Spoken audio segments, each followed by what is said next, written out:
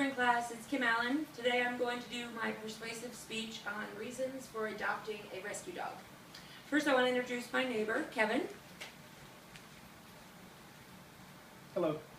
And my husband, TJ, and our rescue dog that we got while we were over here. Her name is Marley. Hello.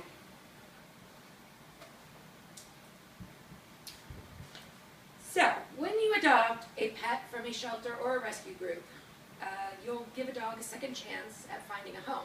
There is 3.7 million unwanted pets that are euthanized every year in the United States because there's just no room for the animals to go.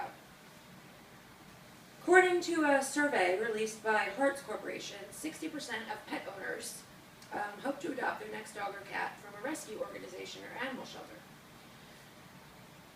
Every dog is not purchased from a pet store or backyard breeder, so it improves the pet overpopulation problem created by irresponsibility and greed.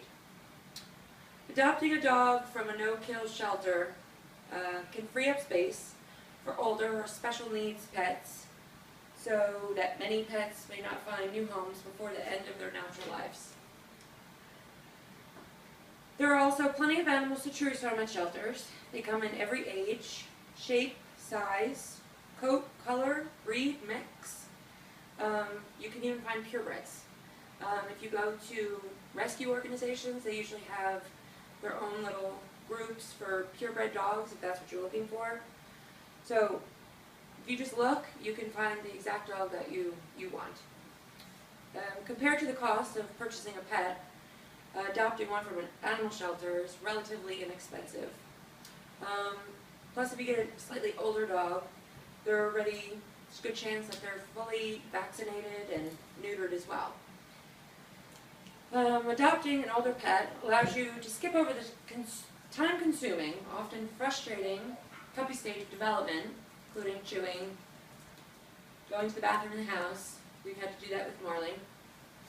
But now she's okay because she's over a year old.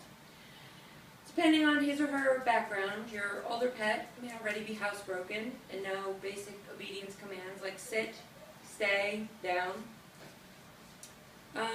Plus, if you have kids, and if the pet will become your kid's pet, or your kid's pet, yeah, adopting from a shelter can open a young person's eyes to see all the homeless pets that are out there. It can also help him or her learn compassion and responsibility for how wonderful it feels to actually give a dog a home, rather than it being stuck in a cage or being euthanized.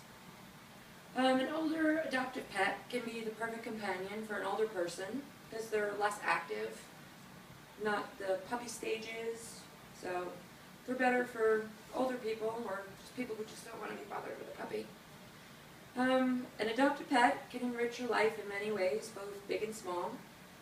The unconditional love and loyalty that a pet gives to you, it's hard to explain, but you just have to go out there and see what kind of animals are there, and you can just take the dog for a walk and gives you an incentive to go outside and exercise, or whatever you want to do.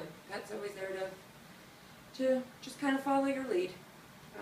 There are also countless benefits to pet ownership, and when you know you've saved your furry little companion from an unpleasant fate, it just makes your relationship with your pet more meaningful. So if anybody has any questions, does anybody have any questions? Todd? Kevin? I have one. Okay. So you talked about rescuing animals and them being spayed or neutered. Mm-hmm. And when I adopted a pet in Florida, they made us spay or neuter the animal. We had to sign a release. Do you happen to know if that's something across the United States? It is not. It's not required in all states that you spay or neuter your pets, which, in my mind, that's kind of a no-brainer. You want to control the pet population. You don't want to euthanize all the animals. You would kind of make it so you don't have that problem in the end. So I think it should be mandated, but unfortunately it's not. It's only a handful of states that's actually mandated. Todd, do you have any questions? Is there a local organization around here that deals with shelter dogs or abandoned dogs? There is. Actually, the place where we got Marley was Oars. That is a nonprofit organization that is based in Okinawa because the pet population is so rampant over here. There's so many people that just abandon their dogs or their strays or their military, and they just don't have the money to take the pet home, which in my mind is a crummy excuse, but people will just leave their pet behind. But there is an organization over here.